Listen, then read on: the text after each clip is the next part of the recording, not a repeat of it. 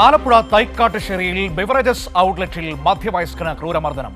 തൈക്കാട്ടുശ്ശേരി ബൗക്ക ഔട്ട്ലെറ്റിൽ ഇക്കഴിഞ്ഞ ഞായറാഴ്ചയുണ്ടായ അക്രമത്തിന്റെ ദൃശ്യങ്ങൾ പുറത്തുവന്നിരിക്കുകയാണ്. വിവരങ്ങളുമായി ഇപ്പോൾ ഷാജഹാൻ ചേരുന്നു. ആദ്യം ആ ദൃശ്യങ്ങളിലേക്ക്.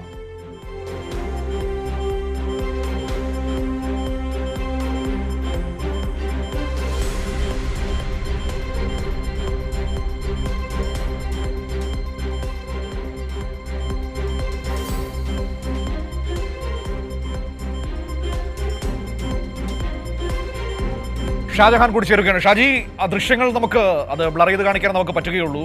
വലിയ മർദ്ദനമാണ് കാണുന്നത്. ഇങ്ങനെ ഒരു മധ്യവയസ്കനെ 2-3 പേർ ചേർന്ന് വളഞ്ഞിട്ട് ആക്രമിക്കുന്നതാണ് കാണാൻ കഴിയുന്നത്. എന്തിനാണ് ഈ മനുഷ്യനെ ഇവർ ഇങ്ങനെ തല്ലുന്നത്?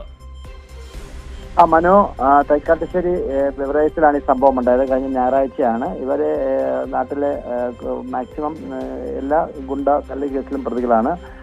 സതീശന്റെ മകൻ ഉണ്ണി എന്ന് വിളിക്കുന്ന ഏതാണ്ട് 18 വയസ്സ് പ്രായം തികഞ്ഞിട്ടില്ല എന്നുള്ളതാണ് നമുക്ക് പ്രാഥമികമായിട്ട് അറിയാൻ സാധിക്കുന്നത്. പോലീസ് ഇയാളെ തിരക്കി നടക്കുകയാണ് ഇപ്പോഴും.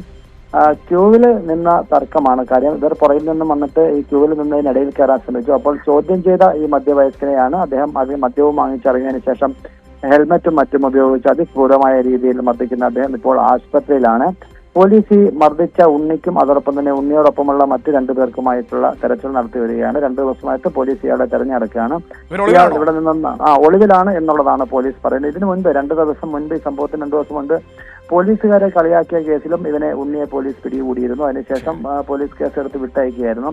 നിരന്തരം പ്രദേശത്തെ ഗുണ്ടാ സംഘങ്ങളായും അതോടൊപ്പം തന്നെ മാക്സിമം ഒരു ആന്റി സോഷ്യൽ ആയിട്ടാണ് പോലീസ് ഇപ്പോൾ പറയുന്നത്. അതായത് ഇയാൾക്കെതിരായിട്ട് നിരവധി കേസുകൾ ഇപ്പോൾ തന്നെ ഉണ്ട്. പക്ഷേ ഏറ്റവും ഒടുവിലായിട്ടാണ് ഇയാളിപ്പോൾ ബിവറേജിൽ കിടന്ന് തല്ലുണ്ടാക്കിയത്. അതിന്റെ CCTV ദൃശ്യങ്ങളാണ് ഇപ്പോൾ പുറത്തു വന്നിരിക്കുന്നത്. പോലീസ് ഇന്നും